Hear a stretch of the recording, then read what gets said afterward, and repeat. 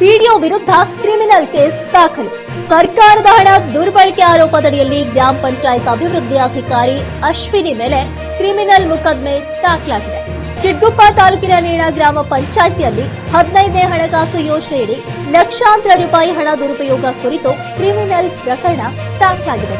2023-24ನೇ ಸಾಲಿನ 15ನೇ ಹಣಕಾಸು ಯೋಜನೆಯಡಿ ಕ್ರಿಯಾ ಯೋಜನೆಯನ್ನ ತಯಾರಿಸದೆ ಹಾಗೂ ಗ್ರಾಮ ಸಭೆಯಲ್ಲಿ ಅನುಮೋದನೆ ಪಡೆಯದೆ ಸರ್ಕಾರದ ಮಾರ್ಗಸೂಚಿಗಳನ್ನ ಗಾಳಿಗೆ ತೂರಿ ಹಣವನ್ನ ಖರ್ಚು ಮಾಡಿದ್ದ ಆರೋಪದ ಮೇಲೆ ಮತ್ತು ಗ್ರಾಮ ಪಂಚಾಯತ್ ವ್ಯಾಪ್ತಿಯಲ್ಲಿ ವಸೂಲಿಯಾದ ತೆರಿಗೆ ಹಣವನ್ನ ಗ್ರಾಮ ಪಂಚಾಯಿತಿಯ ಸಿಬ್ಬಂದಿಗಳ ಹೆಸರಿನಲ್ಲಿ ಚೆಕ್ ಅನ್ನ ನೀಡಿ ನಿಯಮ ಬಾಹಿರವಾಗಿ ಖರ್ಚು ಮಾಡಿ ಹಣ ದುರ್ಬಳಕೆ ಮಾಡಿಕೊಂಡಿರುವ ಆರೋಪದ ಬಗ್ಗೆ ಜಂಟಿ ವರದಿಯ ಹಿನ್ನೆಲೆಯಲ್ಲಿ ಚಿಟ್ಗುಪ್ಪ ತಾಲೂಕಿನ ಪಂಚಾಯತ್ ಕಾರ್ಯನಿರ್ವಾಹಕ ಅಧಿಕಾರಿ ಲಕ್ಷ್ಮೀ ಮದರ್ಗಾಂವ್ ಮನ್ನಾಖೇಳಿ ಪೊಲೀಸ್ ಠಾಣೆಯಲ್ಲಿ ಪಿಡಿಒ ಅಶ್ವಿನಿ ವಿರುದ್ಧ ಕ್ರಿಮಿನಲ್ ಪ್ರಕರಣ ದಾಖಲಿಸಿದ್ದಾರೆ.